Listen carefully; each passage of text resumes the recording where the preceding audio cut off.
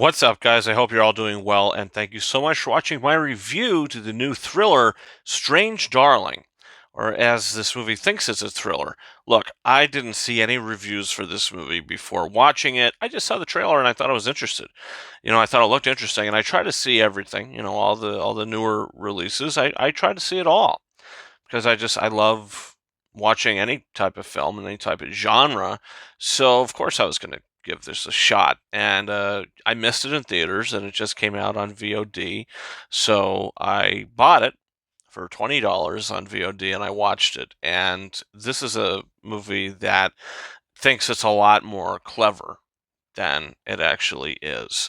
I've watched a review uh, before I shot this just to see someone else's thoughts and consensus on the film, because I had no idea really what I just watched, in a sense, and not in a good way.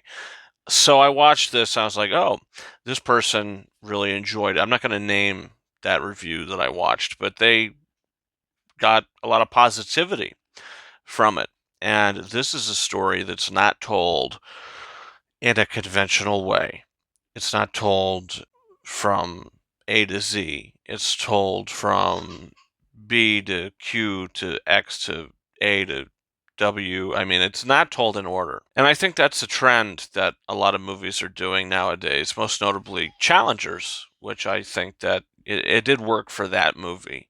But this film, I don't think it worked for, because the whole marketing, I'm not going to spoil it, but the whole entire marketing and down to the characters' names and what they're called, the movie's sort of lying to you.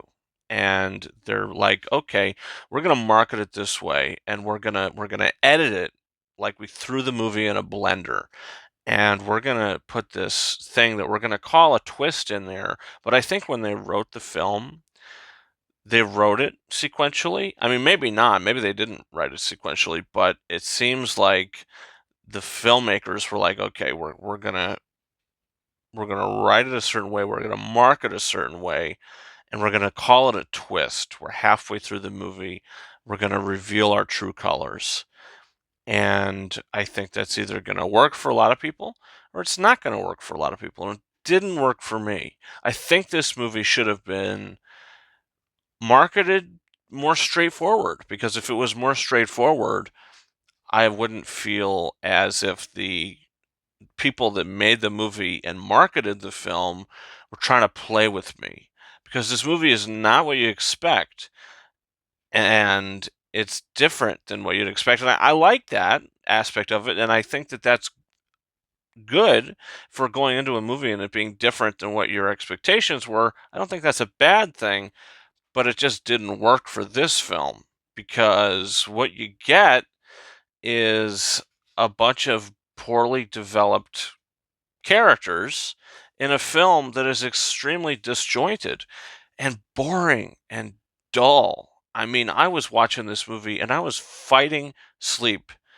halfway through it. This movie is only an hour and a half long. It feels like it's 3 hours. Like, just from the pacing.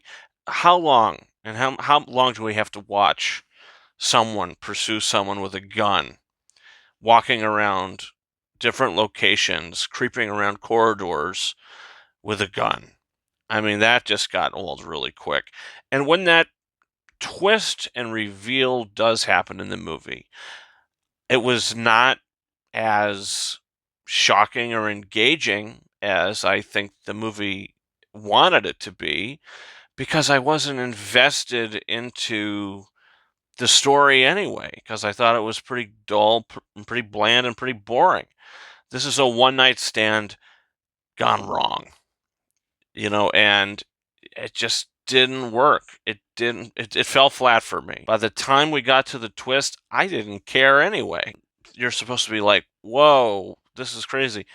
I was just kind of like, I'm not even invested into this anyway to care. So I didn't like the film. But if you did like it, more power to you. And I'm happy that you did. But for me personally, I was not a fan of this.